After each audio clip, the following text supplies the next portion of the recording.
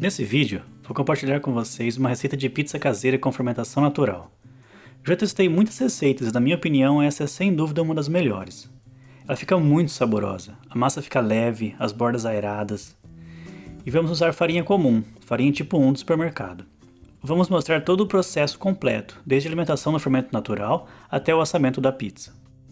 O primeiro passo é alimentar o fermento natural. Eu costumo fazer isso na noite anterior e deixar fermentando durante a madrugada.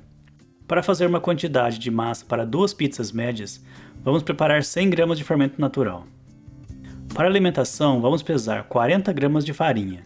Eu estou usando 20 gramas da farinha branca e 20 da integral. Caso não tenha farinha integral, use 40 gramas da farinha branca. Em um pote que tenha tampa, coloque 20 gramas da isca do fermento natural. E adicione 40 ml de água em temperatura ambiente. De preferência, use água mineral ou água filtrada. E misture bem para diluir o fermento na água. Então adicionamos os 40 gramas de farinha e misturamos bem, até ficar uma massa bem homogênea. Eu geralmente marco com um elástico desses de banco ou com uma caneta mesmo, onde o fermento estava assim que eu alimentei. Assim a gente consegue medir o quanto ele cresceu durante a noite.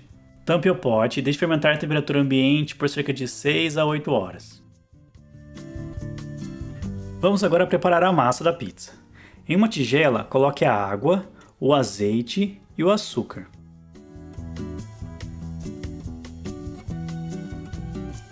E misture bem para dissolver o açúcar na água. Então, adicione a farinha de trigo. Para essa receita, estamos usando farinha comum, tipo 1 do supermercado. A ideia é mostrar que dá para fazer excelentes pizzas também com farinhas comuns. Então misture bem, até que toda a farinha tenha sido hidratada e a massa fique homogênea. A massa fica pegajosa assim mesmo, mas não se preocupe, ela vai melhorar com o tempo. Note que ainda não colocamos o fermento. Esse processo tem o nome de autólise. Cobrimos com um saco plástico e deixamos descansar em temperatura ambiente por 30 minutos. Adicionamos agora o fermento natural, que deixamos crescendo na noite anterior. Note que ele aumentou bastante de volume e tem bastante bolhas, ou seja, tem bastante atividade acontecendo nele. Podemos ver que a massa está bem diferente do que estava antes. Ela está bem mais elástica e menos quebradiça. Isso é devido ao glúten que se formou com a adição da água na farinha. Então espalhamos o fermento natural sobre a massa e misturamos bem, até que forme uma massa homogênea novamente. Essa receita tem uma hidratação total de 73%. Vocês podem notar que é bem maior do que a pizza napolitana que fizemos com fermento seco aqui no canal. Nos meus testes eu percebi que a massa com fermentação natural ficava muito seca, com a hidratação mais baixa. E então, aumentando um pouco a hidratação, a massa ficou bem mais macia e menos ressecada. Depois do fermento bem incorporado à massa, cubra novamente com plástico e deixe descansar por mais 30 minutos em temperatura ambiente. Vamos agora adicionar o sal à massa. Distribua bem o sal pela superfície da massa e misture para incorporá-lo.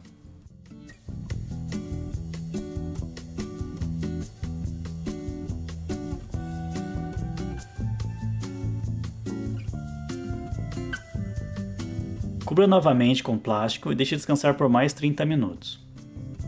Vamos agora fazer algumas séries de dobras na massa para desenvolver ainda mais o glúten e deixar a massa bem aerada.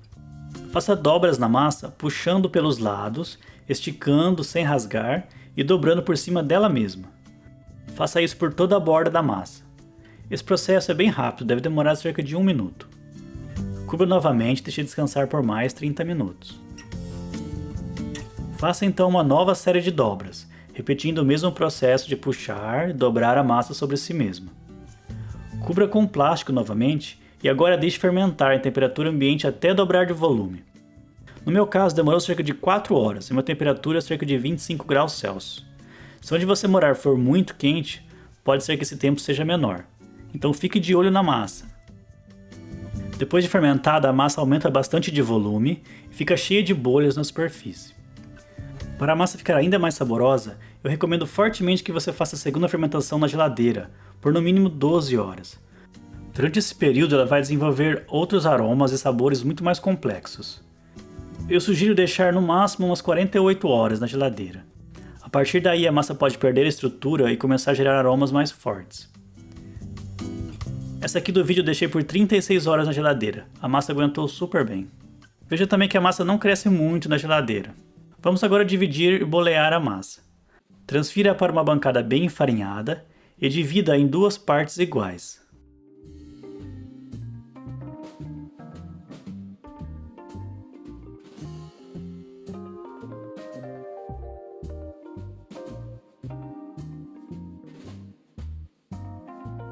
Faça bolas com cada uma das partes e coloque em uma assadeira polvilhada com bastante farinha, para evitar que ela grude.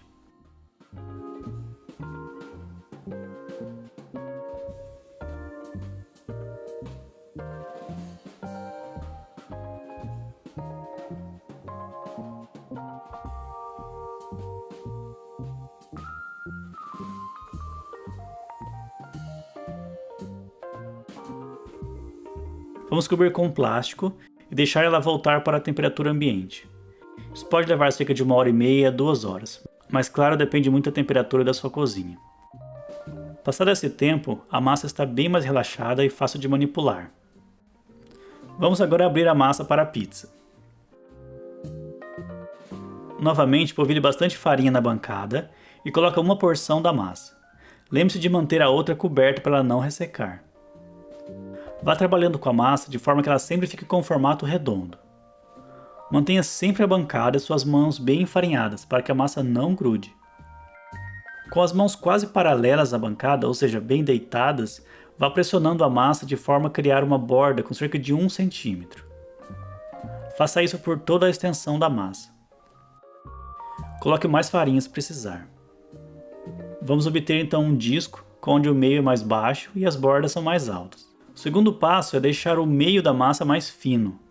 Para isso existem várias técnicas. Geralmente uso essa de colocar a massa nas costas das mãos e deixar a gravidade fazer o resto. Com os dedos parcialmente dobrados para não furar a massa, vamos passando de uma mão para outra, enquanto giramos a massa. Com isso, o próprio peso faz com que ela estique. Tome cuidado para não rasgar o centro. Faça movimentos até que perceber que a massa no meio está bem fina. Para transferir a pizza para o forno, vamos precisar de algum objeto de superfície lisa. Existem essas pás específicas para isso, como estou usando aqui no vídeo. Ou mesmo pode usar alguma tábua de madeira mais larga. Para ficar mais fácil para deslizar a massa para o forno, polvilhe uma mistura com metade de farinha de trigo e metade de fubá. Assim ela não vai ficar presa na tábua quando você colocar no forno. Transfira a massa para a tábua e faça alguns ajustes se necessário. Agora é só cobrir a pizza. A primeira fizemos estilo marguerita, com molho de tomates, queijo mussarela, queijo parmesão, orégano, manjericão e um fio de azeite.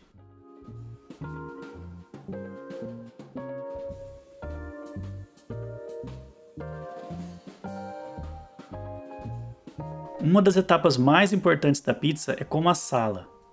Para que a pizza tenha bordas bem aeradas, usar uma pedra de pizza faz toda a diferença. Então, se você pretende fazer pizzas com frequência em casa, eu recomendo o investimento em uma pedra dessas. Então, leve a pizza para assar em forno pré-aquecido por no mínimo 45 minutos, na temperatura máxima do seu forno. Isso com a pedra dentro. A pizza deve assar por cerca de 7 a 9 minutos. É bem rápido. Asse até que as bordas fiquem mais escuras. Você pode colocar mais manjericão por cima depois de assado e mais um fio de azeite. As bordas ficam levemente crocantes e aeradas.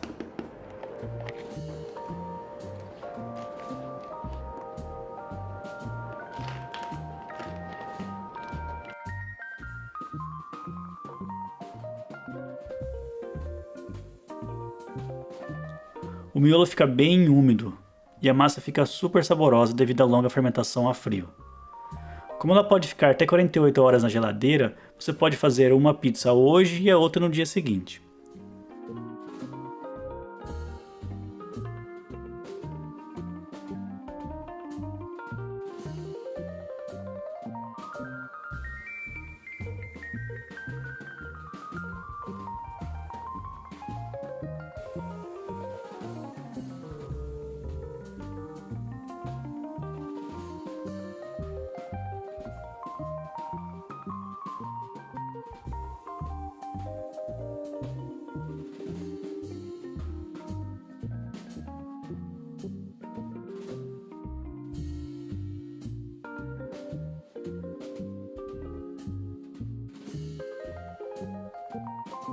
Além dessas pedras, existem também chapas de ferro, bem grossas, que funcionam muito bem.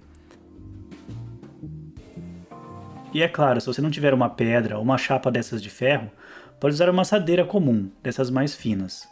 As bordas não vão ficar tão altas, mas o sabor é exatamente o mesmo. Se você gostou desse vídeo e ele foi útil para você, curta e compartilhe com seus amigos. Isso ajuda bastante a gente a continuar postando conteúdos como esse aqui no YouTube. Muito obrigado por assistir até o final e até o próximo vídeo.